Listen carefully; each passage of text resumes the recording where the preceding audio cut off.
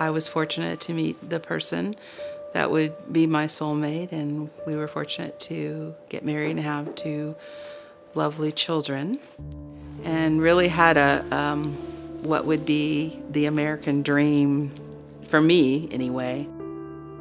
Moving forward, we were raising our kids, had good jobs, I was both in education. I was very successful in my career, as was my husband, until I discovered gambling. Gambling became my life, and this is a progressive illness, and for me it progressed very, very rapidly and at a very, very destructive pace.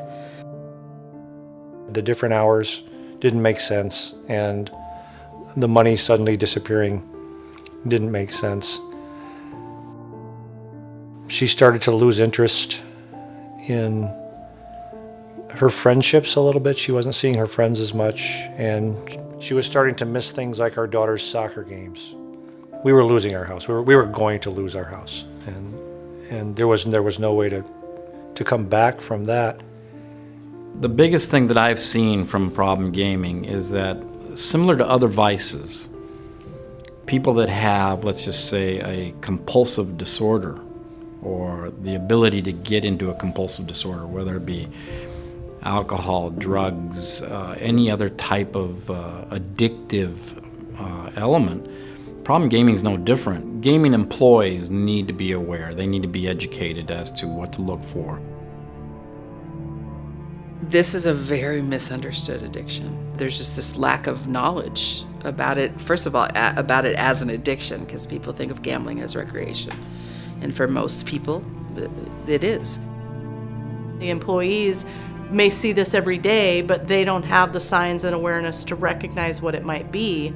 And so the awareness training that we're hoping to get statewide would bring that awareness more to the forefront of a dealer or even a pit boss or a shift manager's attention, whereas before they may not have known what that is. We want responsible gamblers.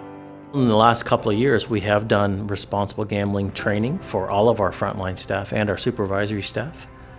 As an employee and a manager, I think it's very important that a company have this type of philosophy.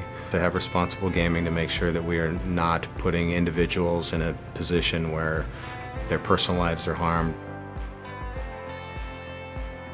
Since the last training, we had an individual who was talking about not being able to make a car payment and being behind on their mortgage, and we were able to pull them aside and have a conversation with them and give them the pamphlets. They weren't very receptive to start with, but we did have a follow-up conversation a few days later, and they did say that they appreciated it and understood that they may have an issue. So It makes me feel good when I see employees come forward and say, thank you for putting this on. It's great to have an awareness for something that we are involved in terms of seeing some people that do need help. And I think that that's a great thing for the industry.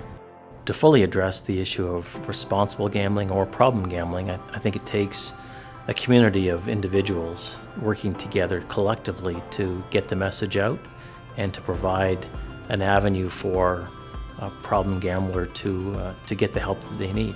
So it takes the Evergreen Council, it takes the Gambling Commission, it takes local operators and the employees of those local operators in order to get the message out fully and to deliver a product in a socially responsible manner.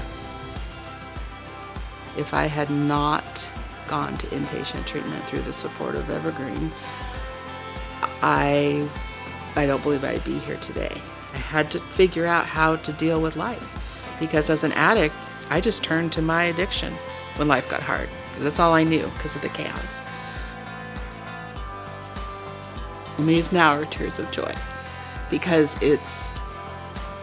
I have life, I have feelings, I have joy, I have happiness.